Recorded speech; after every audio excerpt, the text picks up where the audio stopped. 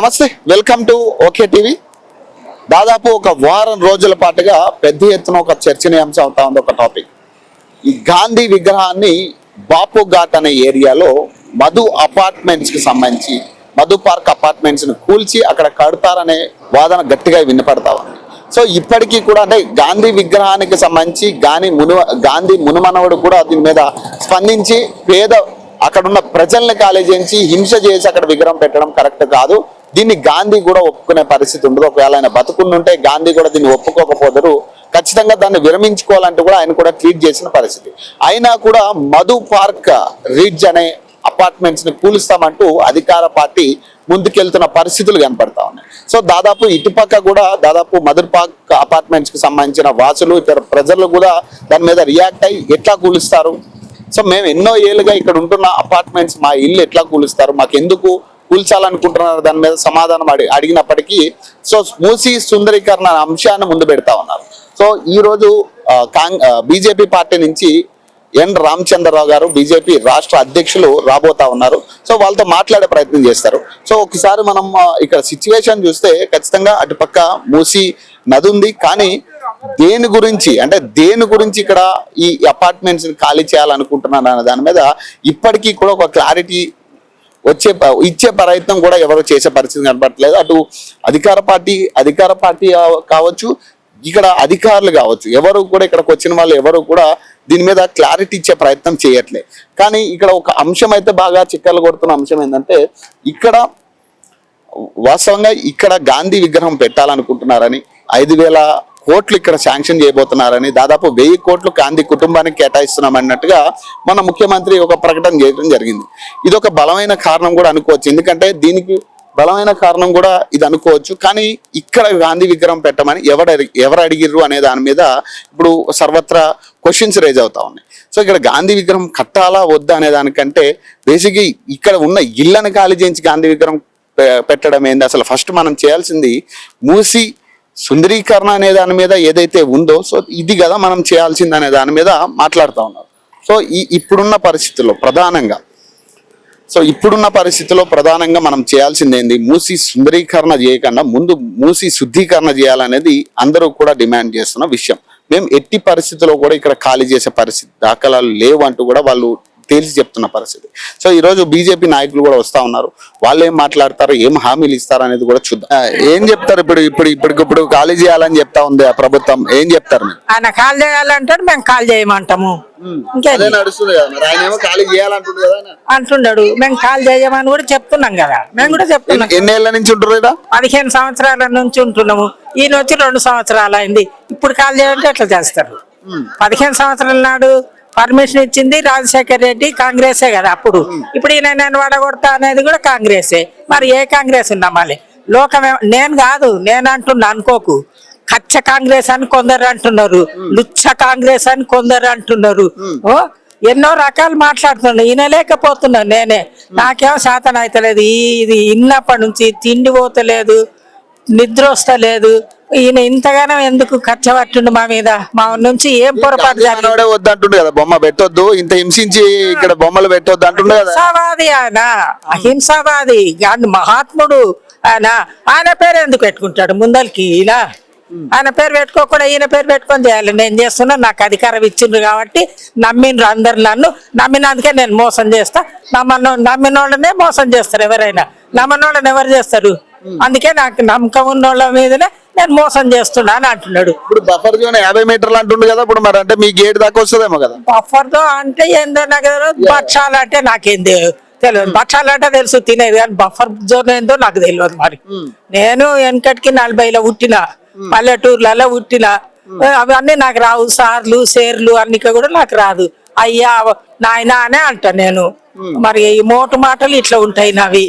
మళ్ళీ ఎట్లా ఇప్పుడు సుందరీకరణ చేస్తా అంటుండే కదా, అదే కదా చెప్తా ఉన్నారు. దీనికి సుందరీకరణ చేయబోతున్నాం, మూసీ సుందరీకరణ. అందుకే సుందరీకరణ ఏం చేస్తావు? సంటార్లు అందరు వచ్చి పెట్టట్లేదు, ఈడ ఏం సుందరీకరణ చేస్తావు? సుందరీకరణ చేయమంటే కూడా చెప్పినా నేను, నువ్వు చేస్తా అంటే చాలా మంచోడు అయ్యా, చాలా మంచి మనుషు కనుకనే చేస్తుండవు. కేసీఆర్ ఎంత ఉపకారం చేసిండ్రు మాకు. తాగనికే నీళ్లు లేకుండా నీళ్లు తెప్పించి 2-3 గంటలే ఉంటుండే కాంగ్రెస్ ఉన్నప్పుడు కరెంటు. 24 గంటలు కరెంటు ఒక్క సెకండ్ కూడా పోకుండే కేసీఆర్ ఉన్నప్పుడు. మరి ఈయన వచ్చిండు ఇక చేస్తున్నాడు. ఈ సుందరీకరణ అంటే ఇక్కడ చేయొద్దు, ఎక్కడ ఖాళీ స్థలం ఉంటే అక్కడ చేయదు సుందరీకరణ చేస్తా అంటే కూడా నాకు తోసింది నేను చెప్పిన, అయ్యా గోడ కట్టి స్లాబ్ అయ్యి మొత్తము స్లాబ్ మీద మళ్ళా పార్క్ పెట్టు, మా పిల్లలందరూ ఆడుకుంటారు, నీ సంతోషపడతారు. అయ్యా బాగా వచ్చిండు రేవంత్ రెడ్డి అనుకొని ఉంటుంది కానీ రేవంత్ రెడ్డి అనుకుంటారు అని చెప్తున్నా. నాకు తోసింది, నాకు మాటలు కడతారట కదా ఈ సైడ్ అంతా కూడా, వాకింగ్ ట్రాక్ కడుతున్నారని చెప్తా ఉన్నారు కదా, వాక్ చేసుకోవడానికి సాయంత్రం పార్క్ లాంటివి కడతారు, చాలా చాలా దూరాల నుంచి వస్తారని చెప్తా ఉన్నాడు ఆయన. అంటే ఇండ్లు తీసేసి కడతాడా? ఇండ్లు ఉన్న వాళ్ళకు వాకింగ్ చేయనికేనా? వాకింగ్ ఎవరు చేస్తాడు? ఇండ్లు తీసేస్తే వాకింగ్ ఎవరు చేస్తాడు? మరి ఇండ్లు తీసేయకుండా వాకింగ్ చేస్తే వాకింగ్ పార్క్ కడతాడంటే సంతోషపడతాం. ఈ నిర్ణయాన్ని మీరు ఏం చెప్తారంటే ఇది సరైన నిర్ణయం అని? ఎందుకంటే ప్రజాభిప్రాయం చాలా ఇంపార్టెంట్. ఏదైనా ఇలాంటి అంశాలు బయటకు తీసుకొస్తున్నప్పుడు ఎక్కడైనా ప్రభుత్వాలు కానీ ఇంప్లిమెంట్ చేయాలనుకున్నప్పుడు ప్రజా నిర్ణయం అనేది ఒకటి ఉంటుంది. ప్రజలు ఏమనుకుంటున్నారు, దీన్ని వ్యతిరేకిస్తున్నారా లేదా స్వాగతిస్తున్నారా అని ఆ నిర్ణయాలు లేవు కదా ఇందులో. ఏం చెప్తారు? అందుకొరకే నాకు తోసింది నేను చెప్పిన, స్వామి నాయన నువ్వు చిన్నోడవు, ఇది రాజధర్మము రాజ పరిపాలన కాదు, దీన్ని రౌడీ పరిపాలన అంటారు. నువ్వు రౌడీ పని చెయ్యక నాయన, రాజధర్మం లాగా పాలించు. ఇప్పుడు కష్టాలు ఉన్న వాళ్ళని ఎవరినన్నా తెలుసుకో, వాళ్ళకి 10 రూపాయలు ఇచ్చి సహాయం చెయ్యి. కానీ మమ్మలను దుఃఖానికి పెడితే కాంగ్రెస్ అంటే కష్టాలు కడతాయి అంటే కాంగ్రెస్ వచ్చి కష్టాలకు నొక్కితే ఇంకేమనాలి? ఆయన ఇష్టం ఉన్నట్లు చేస్తా అంటే అది లెక్క కాదు కదా. చేతుల గుర్తు ఉంటే బర్రె ఎక్కడ మళ్ళవంటే అక్కడ మళ్తుంది, అట్లా కాదు కదా. ధర్మం అనేది ఉండాలి. కానీ ఎవరమైనా ఎన్నేళ్ళు బతికినా 100 దాటినాక కూడా ఉండొచ్చు, ఆ తర్వాత అయినా పోయేటోళ్ళమే కదా ఎవరమైనా. ఎందుకు చెడ్డ పేరు ఎందుకు తెచ్చుకోవాలి? ఒక సీమ 96 కడతాడు ఆయనకేనా? ఆయన ఏం చేస్తున్నాడు? మంది కష్టాలతోనే కదా చెప్పిండ్రు కదా. నేను ఒక అమ్మాయి చెప్పింది, అయ్యా మా ఇండ్ల దగ్గర ఎందుకు వస్తావు, నీళ్లు పడగొట్టి నీకంత భక్తుంటే నీ ఇంట్లో కట్టుకో అని చెప్పింది ఒక అమ్మాయి. మరి అట్లా చెయ్యి. కానీ ఈడ చేయడం ఏంది? ఆయన ఇండ్లు పడగొట్టి చేయడం ఏంది? అయ్యా లేని వాళ్ళకి ఇండ్లు కట్టియాలి కానీ ఉన్న ఇండ్లు పడగొట్టి చేయడం ఏంది నీది? అదేంది ధర్మం? చేయకు, ఉపకారం చేయకుండా పోతుంది, అపకారం చేయకు అని మేము కోరుతున్నాం. అపార్ట్మెంట్లు 450 పోర్షన్లు మొత్తం ఇదే కోరిక మాది. మీరు ఎన్నాళ్ళ నుంచి ఉంటున్నారు? మేము 10 ఏళ్ళు అయిందండి.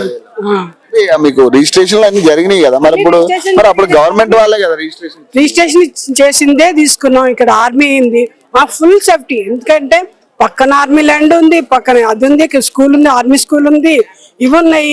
మా ఫుల్ 100% సెక్యూరిటీ అని ఇక్కడ మరీ ధైర్యంతో కొనుక్కున్నాం.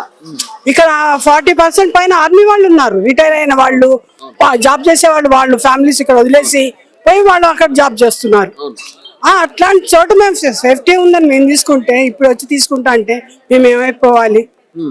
ఇప్పుడు ఏం చెప్తా ఉన్నారు వీళ్ళు? FTL జోన్ అనేది మళ్ళీ కొత్తగా తీసుకొస్తా ఉన్నారు. FTL జోన్ మళ్ళీ లోపల ఏ జోన్ వచ్చినా అండి మా ల్యాండ్ రిజిస్ట్రేషన్ అయింది, పక్కన బోర్డర్ చోటు ఎదురుగా వేరే వాళ్ళ ల్యాండ్ ఉంది, అడిగి తీసుకొని కొట్టండి, సుందరీకరణ చేయండి, ఏమైనా చేయండి. మా ఇళ్ళని తీసేస్తే మేము మటుకు ఒప్పుకో. నీళ్ళు వస్తున్నాయి అంటున్నారు కదా, ఇప్పుడు లోపలికి నీళ్ళు వస్తాయా మీకు? మాకు మన వరదలు వస్తే ఒక్క చుక్క నీళ్ళు ఆగలేదండి, ఇక్కడ మాకు రాలేదు. మాకు ఫుల్ 100% సేఫ్. ఇక్కడ అన్ని మునిగిపోయినాయి కానీ మాకు ఒక్క చుక్క నీళ్ళు పైకి రాలేదు. ఎందుకు తీసుకున్నారో ఏమో తెలీదు. ఆయన మా ఇల్లు పడగొట్టాడంటే మేము అందరూ వాళ్ళ ఇంట్లో ఉంటాం, మనం నీడ లేదు, ఆయన ఇంట్లోనే ఉంటాం. ఇంకా వెళ్ళి ఆయన ఇంటి ముందు కూర్చుంటాం అంతే తప్ప మాకు లేకపోతే ఎట్లాగా? అంతే ఉంటాం, అంతే కదండి. 450 ఫ్లాట్లు ఉన్నాయండి ఒకటోళ్ళు అంటే ఏమో అనుకోవచ్చు. 450 ఫ్లాట్లు. ఖమ్మంలో 900 కుటుంబాలను ఖాళీ చేస్తున్నారు అంటున్నారు, గుడిసెలు ఖాళీ చేస్తున్నారు అంటున్నారు. అవునండి, గుడిసెల వాళ్ళు ఖాళీ చేశారంటే వాళ్ళు ఇంకో చోట వెళ్తారు. గుడిసెల వాళ్ళు కాదంటారు, ఆల్టర్నేట్ కావాలి కదా. ఏది లేకుండా మేము పైకి వెళ్ళి కొనాలేము. ఇప్పుడు కోట్లు పెట్టి కిందకి వెళ్ళి మేము గుడిసెల్లో ఉండలేము. మేము రిజిస్ట్రేషన్ ఫ్లాట్లు ఇవి, మేము ఇంతకు ఎక్కడికి పోతామండి? మేము ఆక్యుపై చేయలేదు గవర్నమెంట్ ల్యాండ్, మేము రిజిస్ట్రేషన్ ఇళ్ళే కొనుక్కున్నాం. అప్పుడు మేము ఎట్లా వెళ్ళిపోతాం అండి? అవి గుడిసెలు అంటే వాళ్ళు ఏమైనా ఆక్యుపై చేసి ఉండొచ్చు, తీసుకోవచ్చు, వాళ్ళకు రూల్ ఉంది. మాది తీసుకోవడానికి రూల్ లేదు. ఏ రాజ్యాంగంలో ఉంది? లేదు కాబట్టి మమ్మల్ని సేఫ్ గా చూడండి. ఖాళీ చేయడానికి సిద్ధంగా లేదు. ఖాళీగా చెట్టు 450 వాళ్ళు ఎవరు ఖాళీ చేయమండి, అందరూ ఒకటే మాట మీద ఉన్నాం. మీరు ఎన్ని సంవత్సరాల నుంచి ఇక్కడ ఉన్నారు? మేము 9 ఏళ్ల నుండి ఇక్కడ ఉంటున్నామండి. అవునండి. ఇప్పటికిప్పుడు వీళ్ళు ఖాళీ చేయాలి లేదా ఇక్కడ ఏదో గాంధీ విగ్రహం కడతామని చెప్పి పెద్ద ఎత్తున చర్చలు జరుగుతున్నాయి. మీరేం చెప్తారు? అది all of a sudden 1 week నుండి మేము ఈ మాట వింటున్నామండి. యాక్చువల్ గా మేము ఈ బిల్డింగ్ కొనుక్కున్నప్పుడు అంతా ఎంక్వైరీ చేసే కొనుక్కున్నామండి. ఎందుకంటే ఇదేమి ఆక్యుపైడ్ ల్యాండ్ కాదు, ఏమి రూల్స్ వైలేట్ చేసి ఏమి కట్టలేదు మా బిల్డరు. అందుకంటే లీగల్ గా న్యాయబద్ధంగా చట్టబద్ధంగా అన్ని పర్మిషన్ తోటి కట్టిన బిల్డింగ్ అండి ఇది. మేము హార్డ్ అండ్ మనీతో కొనుక్కున్నాం. ఇక్కడ పీస్ఫుల్ గా ఉంది, పిల్లలు ఎక్కడున్నా మేము ఉండొచ్చు అని. మరి ఇప్పుడు ఆల్ ఆఫ్ ఎ సడన్ వచ్చి ఏంటి గాంధీ విగ్రహం కడతాము, టూరిజం డెవలప్మెంట్ చేస్తాము, మూసి ప్రక్షాళన చేస్తాము అంటే మా బిల్డింగ్ కూల్చాల్సిన అవసరం ఏంటండి? 450 కుటుంబాల్లో దాదాపు 2500 మంది జనం ఉంటున్నారు. ఇక్కడ అసలు ఎలా ఉంటుందంటే ఒక దసరా కానీ, ఒక రంజాన్ కానీ, ఒక జనవరి 26th కానీ, లేకపోతే క్రిస్మస్ కానీ ఏదైనా అందరం కలిసే చేసుకుంటామండి. అంత బాగా పీస్ఫుల్ గా ఉంటున్నాం ఇక్కడ. ఇప్పుడు మమ్మల్ని కదిలించాల్సిన అవసరం ఏంటండి? 18 సంవత్సరాల్లో నాకు తెలుసు రివర్ బెడ్ స్టోన్ ఉంటుంది కాంపౌండ్ వాల్ బయట. ఎంత హైదరాబాద్ లో ఎక్కడ వచ్చినా గానీ మునిగిపోటాలు, ఈ బిల్డింగ్ ఏమీ ఎఫెక్ట్ అవ్వలేదండి. కాంపౌండ్ వాల్ బయట ఒక స్టోన్, రివర్ బెడ్ స్టోన్ వరకు కూడా ఎప్పుడు రాలేదు. అలాంటిది బఫర్ జోన్ అని, FTL అని రకరకాల చెప్తా ఉన్నారు. వాటికి వాళ్ళు మార్చుకుంటూ వస్తున్నారు. ఫస్ట్ 9 మీటర్స్ అని, తర్వాత 12 మీటర్స్ అని, ఇప్పుడు 50 మీటర్స్ అని. ఎలాగండి? పర్మిషన్ ఇచ్చినప్పుడు ఇచ్చి ఇప్పుడు మేమంతా ఇక్కడ మేము హార్డ్ అండ్ మనీతో కొనుక్కున్న తర్వాత ఇప్పుడు మమ్మల్ని పంపించాల్సిన పని ఏంటండి? ఇప్పుడు రిజిస్ట్రేషన్స్ అయినవే కదా ఇవన్నీ కూడా. మరి అదే గవర్నమెంట్ పెట్టి హార్డ్ అండ్ మనీతో కొనుక్కున్న ఇల్లు అండి ఇవి. ఏమి బ్లాక్ మనీతో కొనుక్కున్న ఇల్లు కావు. ఇప్పుడు ఆయన్ని మూసి ప్రక్షాళన చేయమనండి, కానీ దానికి ఇది కాదు కదా పద్ధతి. అయితే అసలు బ్యాంక్ లోన్ రావద్దు, అసలు రిజిస్ట్రేషన్ కావద్దు కదా. అప్పుడు రిజిస్ట్రేషన్ అయిన ఇప్పుడు గాంధీ విగ్రహం అంటే మాకు గౌరవమే గాంధీ గారు అంటే, కానీ అది కట్టుకోవడానికి ఇంకెక్కడైనా ల్యాండ్స్ తీసుకోవచ్చు కదా. మమ్మల్ని డిస్టర్బ్ చేయాల్సిన అవసరం ఏంటి? గాంధీ మునిమనవుడే అసలు అక్కడ ప్రజల్ని ఖాళీ చేయించి ఇక్కడ విగ్రహం కట్టడం కరెక్ట్ కాదు, వద్దంటున్నాడు ఆయన. మరి అయినా కూడా వీళ్ళు మేము ఖాళీ చేయిస్తామంటున్నారు. మన సామాన్య ప్రజల్ని ఇబ్బంది పెట్టి చేసే ప్రగతి ఏంటండి? టూరిజం డెవలప్ చేయాలంటే ఇంకా ఎక్కడైనా ప్లేసెస్ తీసుకోవచ్చు కదా. ఆల్రెడీ హైదరాబాద్ కి ఎంత వాల్యూ ఉందండి? ఒక చార్మినార్, ఒక గోల్కొండ, ఇంకా హైటెక్ సిటీ, ఎన్నెన్ని చేశారండి. ఎంత ఎంప్లాయ్మెంట్ సోర్సెస్ ఉన్నాయి ఇక్కడ. ఇప్పుడు ఇది చేసి ఏం టూరిజం డెవలప్ మీద ఇన్కమ్ ఏంటండి? ఇంతమందిని ఇబ్బంది పెట్టి. అందరూ సీనియర్ సిటిజన్స్ ఎక్కువ ఉన్నారండి ఇక్కడ. ఎక్కడెక్కడో పిల్లలు ఉంటే ఇక్కడ ఉన్న వాళ్ళు ఉన్నారు, సింగిల్ పేరెంట్స్ ఉన్నారు. పీస్ఫుల్ గా ఉంటున్నాం అందరం. ఇది ఒక ఎలా ఉంటుందంటే అన్ని రకాల ఆల్ ఓవర్ ఇండియా, అన్ని లాంగ్వేజెస్, కులాలకు అతీతంగా, మతాలకు అతీతంగా అందరం ఇక్కడ పీస్ఫుల్ గా ఉంటున్నామండి. మేము రేవంత్ రెడ్డి గారు దయచేసి మాకు ఇలాంటి క్షోభ కలిగించొద్దండి. మేము ఇది మాట్లాడడానికి కూడా చాలా ఇబ్బంది పడుతున్నాం. మీ అభిప్రాయం ఏంటమ్మా? అసలు ఇప్పుడు ఇట్లాంటి నిర్ణయం తీసుకున్నప్పుడు ఖచ్చితంగా ప్రజల అభిప్రాయం తీసుకోవాలి. ఖచ్చితంగా వాళ్ళు స్వాగతిస్తారా వ్యతిరేకిస్తారా అనేది ముందు తీసుకున్నాక అనౌన్స్మెంట్లు చేయాలి. వీళ్ళు ఎటువంటి కనీసం అభిప్రాయం లేకుండా అనౌన్స్ చేస్తా ఉన్నారు, మిమ్మల్ని ఖాళీ చేయమంటున్నారు. ఏం చెప్తారు? మేమైతే అంటే ఖాళీ చేసే ఉద్దేశం అయితే ఏం లేదండి. ఇక్కడ అంటే ఖాళీ చేయవలసిన అవసరం కూడా లేదు, ఎందుకంటే ఇది ఎవ్వరికి ఇబ్బంది కలిగించేటువంటి ప్లేస్ కాదు. అందుకని మేము ఖాళీ చేయాలని అనుకోవట్లేదు. ఇది ఏదన్నా పని చేసేటప్పుడు 10 మందితో చర్చించాలి. అంటే ఇక్కడ మేము ఉన్న వాళ్ళతోనూ చర్చించాలి. దానివల్ల మాకు ఏమన్నా ఇబ్బంది కలిగితే మాట్లాడాలి. ఎక్కడ సమస్య ఉంటుందో అక్కడ పరిష్కారం కూడా ఉంటుంది. ఆ సమస్య ఏంటో వాళ్ళు చూసుకొని, మా వల్ల ఏమైనా సమస్య ఉందా ఈ అపార్ట్మెంట్ వల్ల వాళ్ళకి, మాకైతే ఏమి తెలియట్లేదు సమస్య ఉన్నట్టు. మళ్ళీ వాటర్ లోపలికి వస్తాయి, FTL అంటున్నారు. మళ్ళీ ఏదో FTL లో లేదు, బఫర్ జోన్ లో కూడా లేదు. మాకు అప్పుడు ఇచ్చినటువంటి రూల్స్ ప్రకారం 9 మీటర్స్ దూరం అన్నారు. దాని ప్రకారమే మాకు ఈసీలు ఉన్నాయి, మిగతా పర్మిషన్ అంతా మరి అవును. అది ఎప్పుడు పెట్టాలి? బిల్డింగ్ కట్టుకున్నాక పెడతారా? ఇప్పుడు కొత్త కట్టామని చెప్పాలి. ఇప్పుడు కొత్త వాటికి మీరు పర్మిషన్ ఇచ్చుకుంటారు, వాటికి ఇచ్చుకోండి. ఇప్పుడు పాత వాటిల్ని మీరేం ఎంత డబ్బు ఖర్చు అయింటుంది? అది మీ డబ్బు మా డబ్బు అని లెక్క కాదు. ఎన్ని ఫెసిలిటీస్ ఇక్కడ ఏర్పాటు చేసుకున్నారు, ఇవన్నీ వదిలేసేసి బిల్డింగ్లన్నీ కూల్చేస్తుంటే అసలు అది న్యాయమేనంటారా? ఇప్పుడు మీరైతే ఖాళీ చేయడానికి సిద్ధంగా లేరు, కానీ ప్రభుత్వం ఇప్పుడు గాంధీ మునిమనవుడే చెప్తా ఉన్నారు కదా అసలు ఇక్కడ విగ్రహం అవసరం లేదు, మరి అయినా కూడా వీళ్ళు ఇంకా కడతామని పోతా అది అర్థం ఏంటండి? దానికోసమైనా ఏవో అప్పులు తెచ్చుకొస్తారు. ఆ అప్పులు తీసుకొచ్చేసి అది కూడా ప్రజల నెత్తినే పడేది. ఆ అప్పులు మటుకు ఎవరు కట్టాలి? మేము ఇంత ఉద్యోగాలు చేస్తే ఇన్కమ్ ట్యాక్స్ రూపంలో డబ్బులు కడుతున్నాం, హౌస్ ట్యాక్సులు కడుతున్నాం. ఇవన్నీ మేము కట్టేపోగా మళ్ళీ అప్పులు తీసుకొచ్చి ఆ అప్పుల మీద వడ్డీలు కూడా మేమే డబ్బులు కట్టి అంటే మేము ఉన్న ఇల్లు కోలు కట్టుకోవాలా? ఇప్పుడు ఇంత అర్జెంట్ గా సుందరీకరణ చేయమని ఎవరైనా అడిగిందా? ఇలా చెయ్యండి, నెమ్మదిగా చేసుకుంటారండి. ఇంతకాలం పాడు చేసిన ప్రభుత్వాలే ఈ రోజున వికారాబాద్ నుంచి ఇటువైపు వస్తూ ఉంటే నది ఎంత పొల్యూషన్ పేరుకుపోయిందండి, ఎంత రెస్పిరేటర్స్ ఉన్నాయి ఆ నదిలో. అవన్నీ నువ్వు శుద్ధి చేయకుండా నువ్వు ఇక్కడ కట్టుకున్న బిల్డింగ్స్ మీద పడితే ఏంటి లాభం? అది ఏమైనా శుద్ధి అవుతుందా? ఈ బిల్డింగ్ పడగొట్టేస్తే ముందు అవి శుభ్రం చేసుకుంటూ మూసిని శుభ్రం చేయండి, రిటెక్షన్ వాల్ కట్టండి.